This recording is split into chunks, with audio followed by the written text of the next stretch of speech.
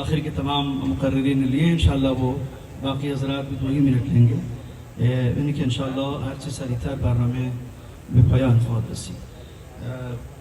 میں درخواست گزار ہوں علی جناب مولانا سید ابوالقاسم صاحب سے کہ جو میلبورن میں امام جمعہ ہیں کہ وہ تشریف لائیں اور آپ سے خطاب کریں. اس کے بعد انشاءاللہ علی جناب مولانا محسن تقوی صاحب گفتگو فرمائیں گے اور جیسے کہ مجھے حکم ہوا ہے اس کے بعد انشاءاللہ غیر مسلم قومی کی گفتگو پر پروگرام کا اختتام ہو جائے گا. السلام علیکم ورحمۃ اللہ وبرکاتہ. بسم اللہ الرحمن الرحیم. ادع الی سبیل ربک بالحکمت والموعظۃ الحسنہ. یقیناً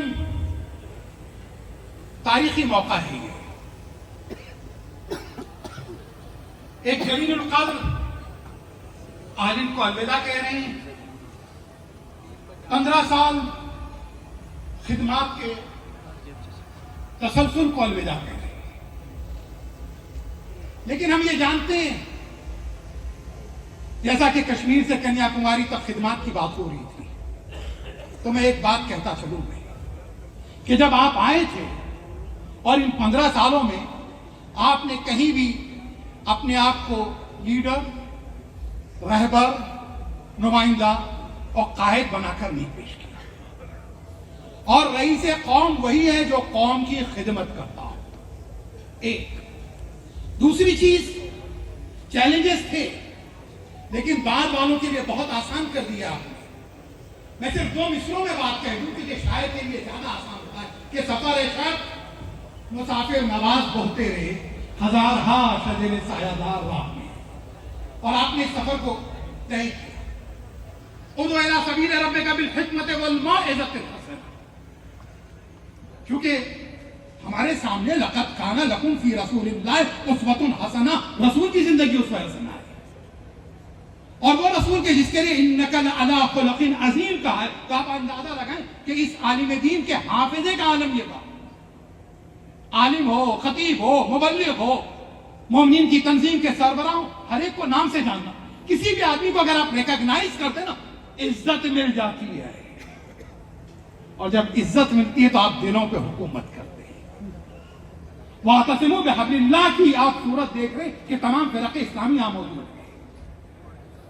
الحمدللہ رب العالمین. آپ یہ دیکھیے گا کہ ہندو سکھ تمام کے تمام یہاں موجود ہیں. آج جبکہ نیوکلیئر سسٹم جو ہندوستان نہیں پوری دنیا کے اندر نیوکلیئر فیملی، ہم تو ہمارے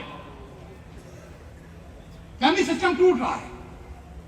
لیکن یہ ہندوستان ہے کہ جہاں پر آپ اندازہ لگائیں کہ جوائنٹ فیملی سسٹم، آپ نے اس فیملی سسٹم کو اتنا ایکسٹینڈ کر دیا کہ آپ اپنی کمیونٹی نہیں رہ گئے تھے بلکہ آپ نے اس کو پورا کنبہ، پریوار اور خاندان بنا کے پیش کر دیا. یقیناً یہ ان کا ویژن تھا اور یہ ویژن آگے بڑھے گا.